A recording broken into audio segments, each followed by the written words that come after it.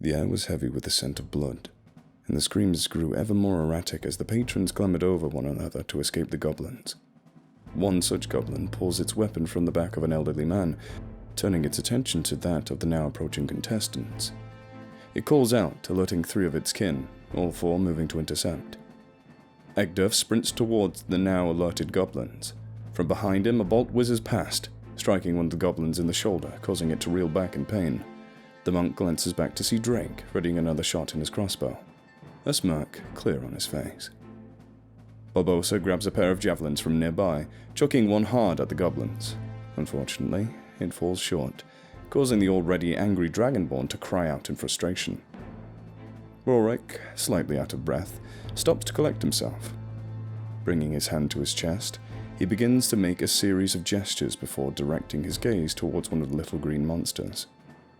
In an instant, 3 darts of magical energy come into being above Rorik's head, shooting out with incredible speed across the pitch. They pass through one of the goblin's skulls, killing it immediately. Another goblin, looking over to where his ally once stood, is caught off guard when Egdurf's fist comes rocketing into its face, causing it to stumble just enough to avoid the second swing. The monk presses his attack, bringing out his staff and striking the foe once more, causing teeth to fly free from the goblin's mouth. It's now struggling to stand, as it attempts to retaliate, though Egdurf proves too swift and the attack misses. Barbossa chucks another spear, but this time it falls even further afield from its mark. This causes Barbossa to consider giving up on ranged weaponry altogether. Drake fires another bolt at the previously stricken goblin, itself trying to ready its bow in retaliation. It's too slow, and Drake's bolt finds its mark again in the green monster's skull. The goblin falls down into the dirt, eyes rolling back, almost as if looking at the bolt that ended its life. As Egdurf is about to strike the final blow, he hears a crazy laughter from behind him as another goblin charges forward with its dagger. He prepares himself for the strike. But the strike never comes. Barbossa barrels into the tiny creature head first, sending it flying. "You alright, mate?" he says with a nod and a grin, which the monk returns. Suddenly, the rhythmic clank of metal on metal can be heard, growing swiftly louder, and then, seemingly out of nowhere, Dane smashes his great warhammer into the goblin that only just had gotten back on its feet. As it is flung off the ground, 2 new magical darts pierce its chest, a cry of pain silenced as the goblin dies in midair. The 3rd dart buries itself into the neck of the last remaining goblin, ending its life without much of a sound. Unbeknownst to the group, the rest of the goblin raiders had left during the skirmish. A troop of town guard had begun to file in and help the survivors.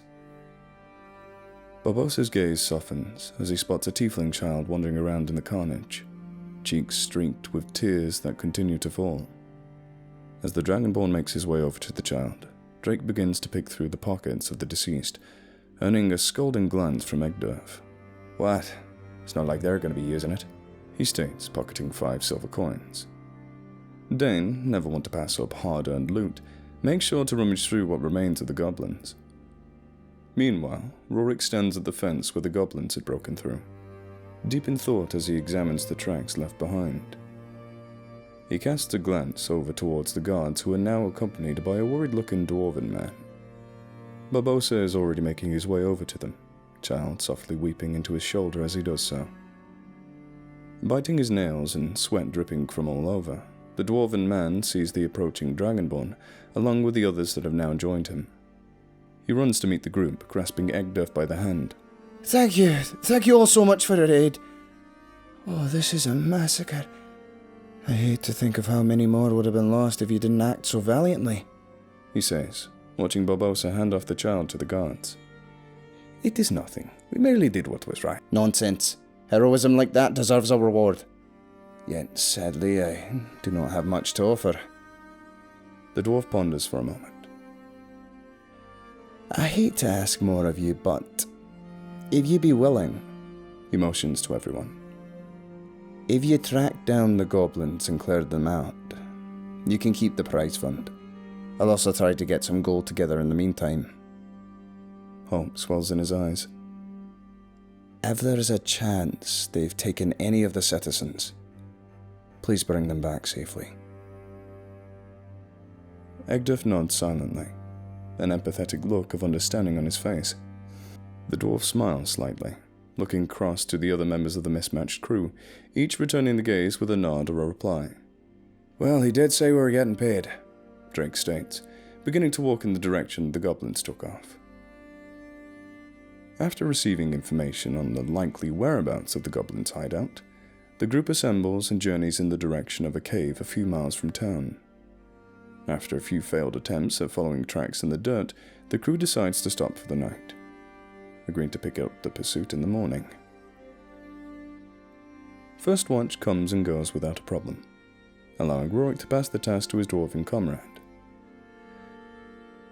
After a short while of resting and enjoying the cool night air, the dwarf becomes aware of a rustling or something in the bushes nearby. Straining his eyes, he notices a snarling canine of some sort, mere meters away from the sleeping form of Egdaf. The dwarf springs into action, alerting the rest of his party, and thus informing their attackers of their presence. The dog is not alone, and soon two more make themselves known alongside a small group of bandits. The party of heroes quickly dispatches most of their aggressors, though Barbossa can't seem to bring himself to harm any of the dogs. Instead, when time came to fight one, he chose to grapple the beast and hurl it off into the distance, in an attempt to prevent his allies from killing it. Luckily for the dog, the ranged attacks sent after it by Barbossa's less empathetic teammates go wide, allowing it to slink off into the night. Dane, irritated by this, jumps up and smacks the Dragonborn on the snout, asking, "What the fuck were you doing?" Barbossa scowls. "It was beat. Doesn't need to die." His temper already close to its limit. "Absolute idiot," says Dane, walking away. Barbossa's throat glows faintly orange for a moment, before subsiding, smoke trickling from his nostrils as he swallows his rage. The group loot the bodies of useful items whilst Barbossa cleaves a leg from one of the bandits, cooking it on the open fire, much to the rest of the group's horror and confusion. Barbossa ignores their stares and tucks in before they all return to sleep. In the morning they set off, continuing in the general direction of the cave before the keen eye of Rorik spots goblin tracks, leading them straight to the site of the cave. Outside, the entrance of the cave is illuminated by the still rising sun. The exterior is surrounded with bloody bodies, some adorned with heads, many of which seem worryingly fresh. Single file, they carefully make their way inside, Barbossa leading the way with his great axe in hand.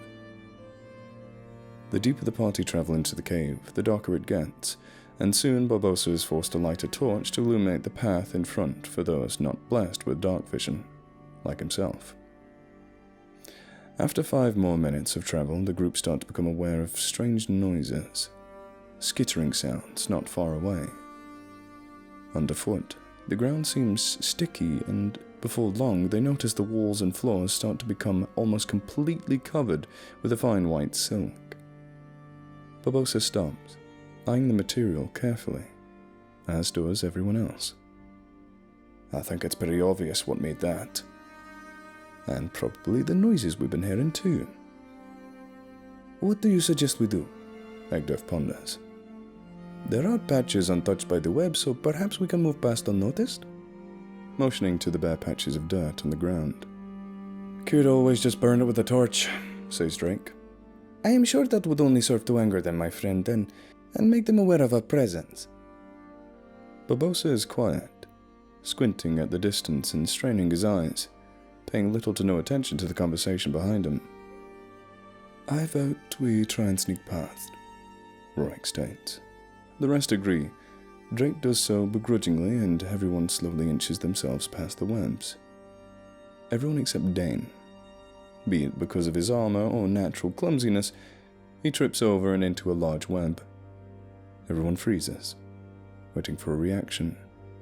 Dane desperately trying to free himself in the gentlest way possible. As Dane detaches from the last of the pieces of silk, the skittering sound from before can be heard, growing ever louder. The clattering of numerous chitinous legs stumbling over one another.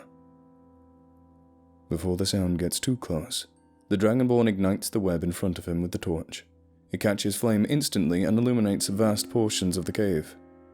With this, Two massive spiders, bodies striped yellow and black, with long legs like jagged skeletal fingers, drop down behind the group. One drops down right next to Dane, and another much larger spider, with numerous deep red eyes, drops down in front of Barbossa with a massive thud, shaking the ground slightly. As they fall, they screech loudly as the flames force them down in front of the group's path.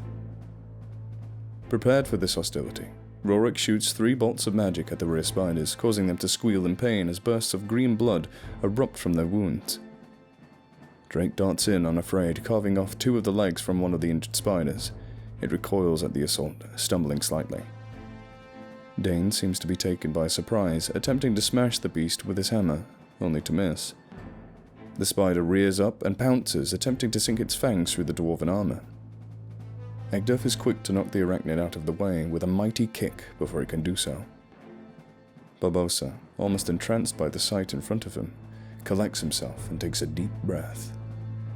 Exhaling, the path in front of him is set even more alight, along with the queen spider, her screams almost serving to spoil Barbossa's composure as he charges through the flames and carves into her face, himself screaming primally.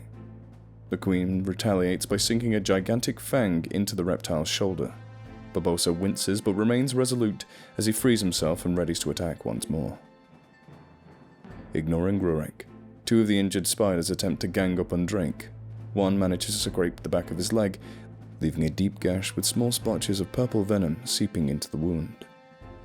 Drake curses as he dodges the other spider with a backdash. Rurik sees an opening and unleashes another maelstrom of magical missiles, putting one of them down. Drake dashes back in, gripping his dagger with both hands and driving it into the head of the remaining spider. A quick squeal escapes before the monster collapses under the force of the attack. Dane smacks the last of the spiderlings in the side, causing it to tumble over from the force. Looking over to Barbossa, who is still locked in solo combat with the queen, he attempts to run over to aid his ally. As he does, the spiderling shoots back up and knocks the dwarf to the ground, beginning to cover him head to toe in silk. Egduf tries to intervene by smacking the great arachnid in the face with his staff, knocking it backwards and into the path of a crossbow bolt shot by Drake. The creature is put down by a shot to the abdomen from Rorik. Dane, face down and covered in spider silk, attempts to free himself. He cries, but the others do not hear a word. Drake and Rorik instantly begin their assault on the queen spider, sending bolts of magical energy and arrows whizzing past Barbossa's head.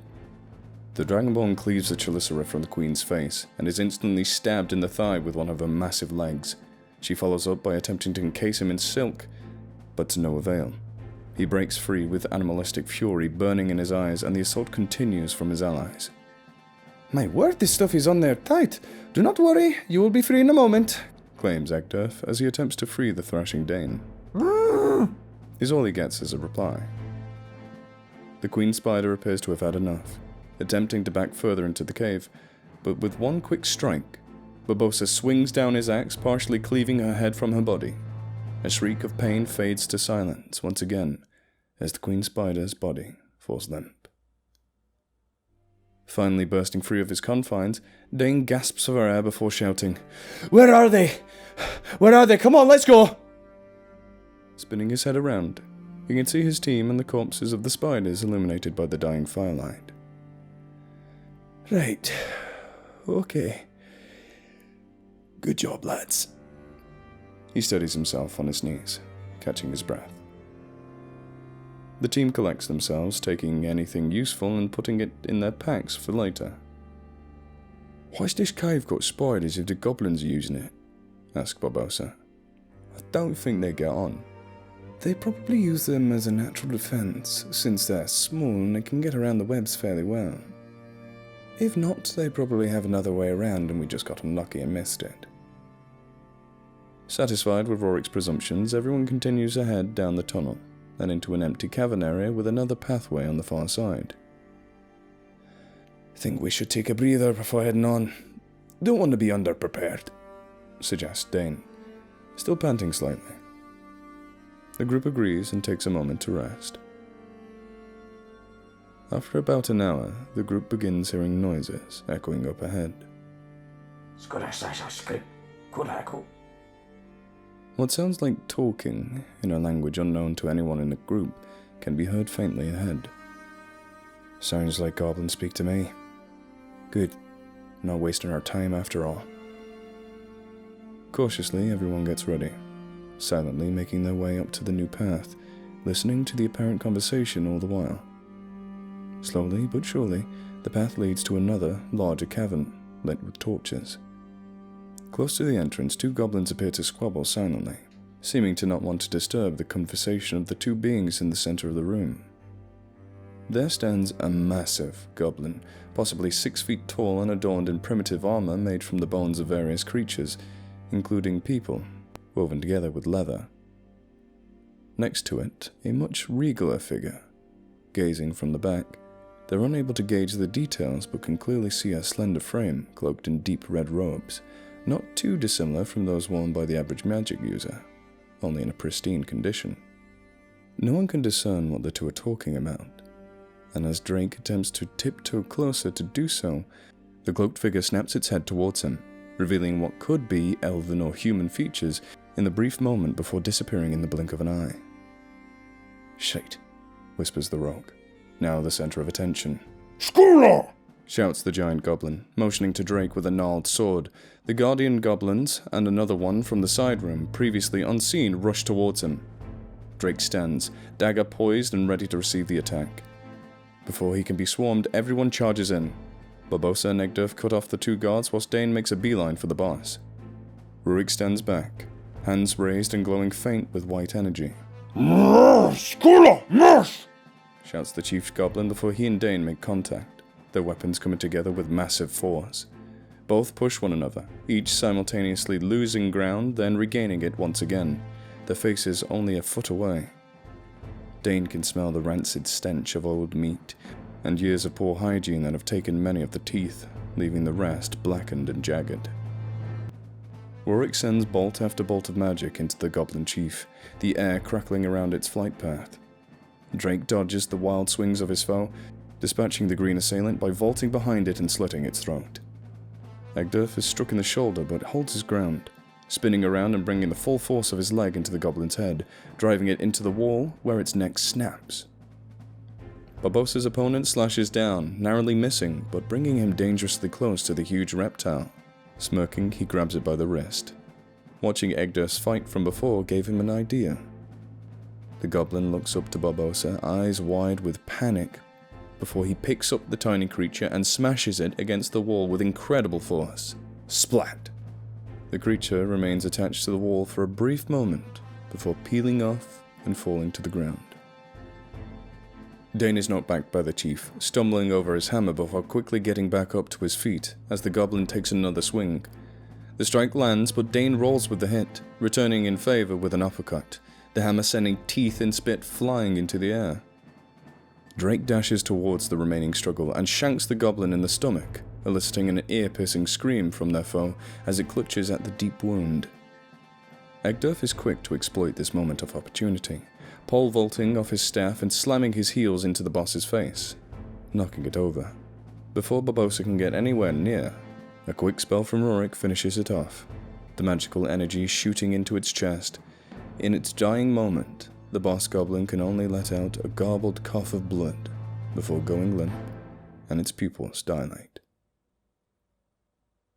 The cave is silent, save for the heavy breaths of our heroes, slowly regaining their energy after the fight. "Hey Dane, good job keeping him distracted," Barbossa says, looking over to where Dane was standing but a moment ago in the fight. A rummaging and clattering is heard. Everyone looks to its direction and can see the dwarf looking through a chest.